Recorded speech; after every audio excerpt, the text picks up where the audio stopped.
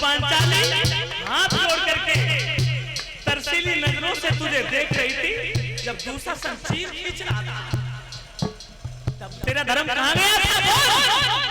दुर्योधन घर तक झुका के अपनी मां की बातों को सुन रहा, लेकिन कुछ उत्तर नहीं बन रहा है। दुर्योधन की आंखों से आंसू बह रहे थे। गांधारी कहती, बेटा दुर्योधन, उस समय पांचाली द्रौपदी मासिक धर्म न थी, मासिक धर्म। और परीक्षित स्त्री के 3-4 दिन ऐसे होते हैं, छूना तो बहुत दूर रहा, देखना भी पाप है। उस समय द्रौपदी ने स्नान करके अपने केस नहीं बांध पाए थे, अपने बालों को नहीं सुखा पाया था। और गांधारी कह रही है, दूसरा सर केस पकड़ के खींच के लाया, मैं भी उपस्थित थी उस सभा के अंदर। तब द्रौपदी कह रही थी कि जेठ ये क्या कर रहे, जीवन भर के लिए ताने हो जाएंगे। तब तू क्या कह रहा था? मां घाटाशाली में चीर खींच करके नंग करके मेरी जंघा पर बैठा। सुनिए, पैदा हुआ, आज ये सवाल भी है। उस समय द्रौपदी गिड़गिड़ा रही थी, अपनी इज्जत की भीख मांग रही थी। तब तेरा धर्म कहां गया था दुर्योधन?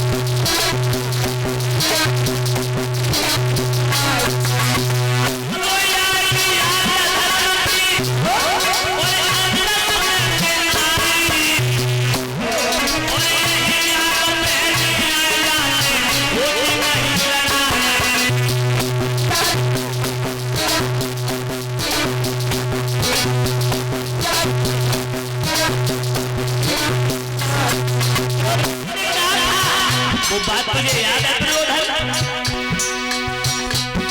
अरे कोई नंदी मेरे सवारी और बेटा उड़ाने हुई लोग बनाने हुई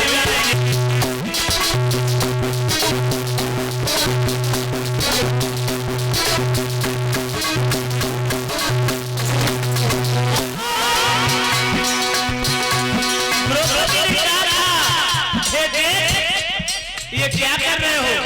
मैं तुम्हारी अनुज बधू हूँ और छोटे भैया की पत्नी, बहन, बेटी, कन्या और बेटी के समान होती है। लेकिन दुर्योधन तुमने एक नहीं मानी।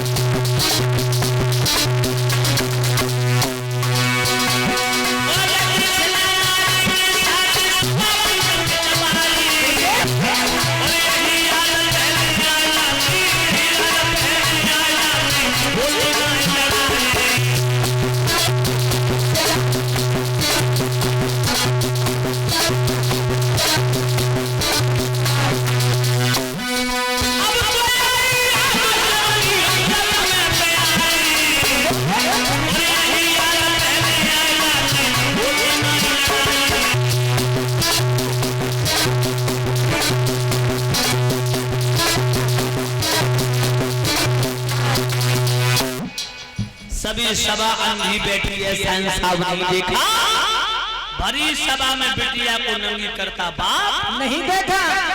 दुर्योधन को समय याद है तुझे, जब स्वयं पांचाल तेरी सभा में उपस्थित थे और तू पांचाली द्रौपदी को दुशासन के द्वारा नंगा करवाने में लगा था।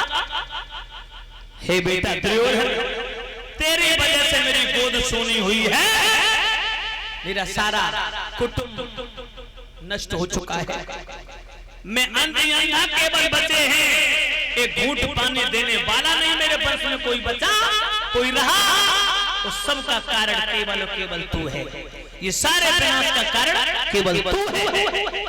भक्त दुर्योधन बहुत रोया, का माते मुझे माफ करना, धर्मराज की पूजा करनी चाहिए थी, भगवान के बताए हुए रास्ते पर चलना मेरा परम कर्तव्य था, लेकिन मैं अंधा हो गया था माते, घमंड ने मेरी बुद्धि, कर जैसे मित्र ने, मामा सकुनी जैसे सलाहकार ने मेरा सारा